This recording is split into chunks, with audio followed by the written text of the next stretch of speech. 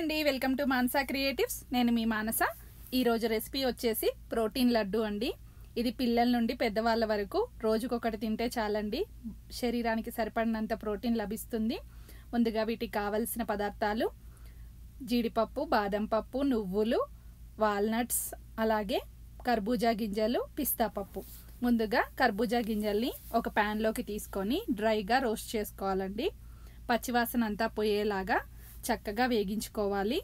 ఇవి బాగా వేగేదాకా వేగించుకున్న తర్వాత తీసి పక్కన ఉంచేసుకోవాలి. మనం ఇందులోకి ఆయిల్ యూజ్ చేయట్లేదండి, అలాగే చాలా చాలా హెల్తీగా చేసుకుంటున్నాము కాబట్టి మీరు తప్పకుండా ట్రై చేయండి. ఇప్పుడు ఇందులోకి ఆల్మండ్స్ కూడా తీసుకొని ఇలాగే రోస్ట్ చేసుకొని పక్కన ఉంచేసుకోవాలి. ఇవన్నీ చక్కగా చల్లారేంత వరకు పక్కన ఉంచేసుకోవాలండి. చూసారుగా, ఈ విధంగా మంచి కలర్ వచ్చేంత వరకు వేయించుకోవాలి. ఇప్పుడు వీటిని కూడా తీసుకొని పక్కన ఉంచేసేసుకుందాం.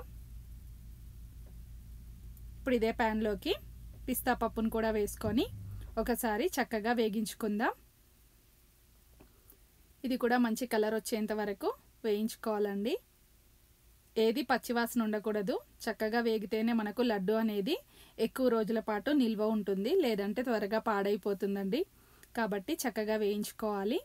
ఇప్పుడు ఇందులోకి జీడిపప్పును కూడా తీసుకొని బాగా వేయించుకోవాలి.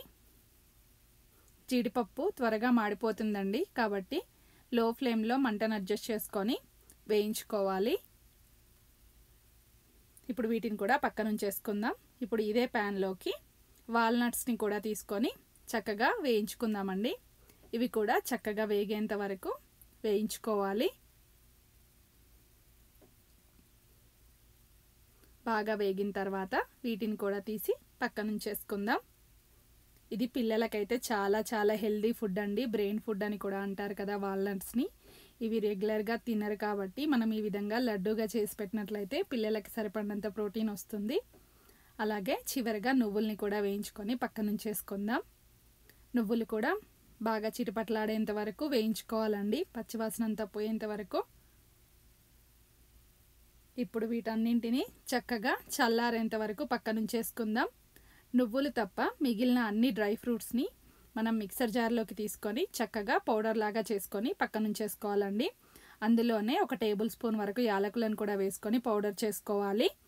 ఇప్పుడు ఒక ప్యాన్ తీసుకొని అందులో 2 టేబుల్ స్పూన్ల నెయ్యి తీసుకుంటున్నానండి. ఈ నెయ్యిలోకి ఒక టేబుల్ స్పూన్ జీడిపప్పును కూడా తీసుకొని వేయించుకుంటున్నాను.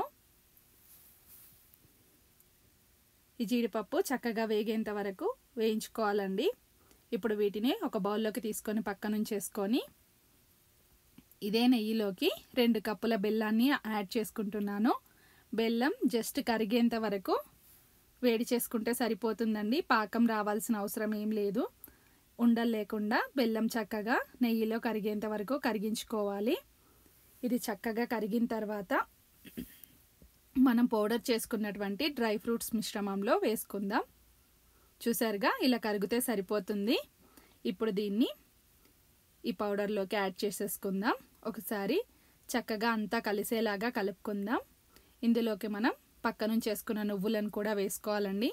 నువ్వులు కూడా కావాలంటే మిక్సీ పట్టుకోవచ్చు, కాకపోతే పంటికి అతుక్కుపోతాయి కదండి అన్ని పౌడర్లా చేసుకుంటే. కాబట్టి నేను నువ్వుల్ని ఇలా డైరెక్ట్గానే వేసేసుకుంటున్నాను, పౌడర్ చేయకుండా. ఇలా చేసుకోవడం వల్ల లడ్డు తినేటప్పుడు నువ్వులు అక్కడక్కడ తగులుతూ చాలా టేస్టీగా ఉంటాయి. ఇప్పుడు ఇందులోకి మనం ఫ్రై చేసి పెట్టుకున్న జీడిపప్పును కూడా వేసుకొని ఉండల్లాగా లడ్డూలను చుట్టుకుందాం. అంతే అండి, ఇవి చాలా చాలా టేస్టీగా ఉంటాయి. పిల్లలు కూడా చాలా ఇష్టంగా తింటారండి. మీరు తప్పకుండా ట్రై చేసి ఎలా వచ్చిందో నాకు కామెంట్లో తెలియజేయండి. ఇది రోజుకొకటి చొప్పున పిల్లలకి ఇస్తే మాత్రం చాలా చాలా హెల్దీ అండి. ఇలా మనం బయట నుండి కొనుకొచ్చినవి కాకుండా ఇంట్లోనే చక్కగా ప్రోటీన్ లడ్డు చేసుకొని తిన్నట్లయితే ఆరోగ్యానికి ఆరోగ్యం. ఈ వీడియో మీకు నచ్చినట్లయితే ప్లీజ్ లైక్ చేయండి, షేర్ చేయండి, అలాగే నా ఛానల్ని తప్పకుండా సబ్స్క్రైబ్ చేసుకోండి. Thank you for watching. Please subscribe my channel.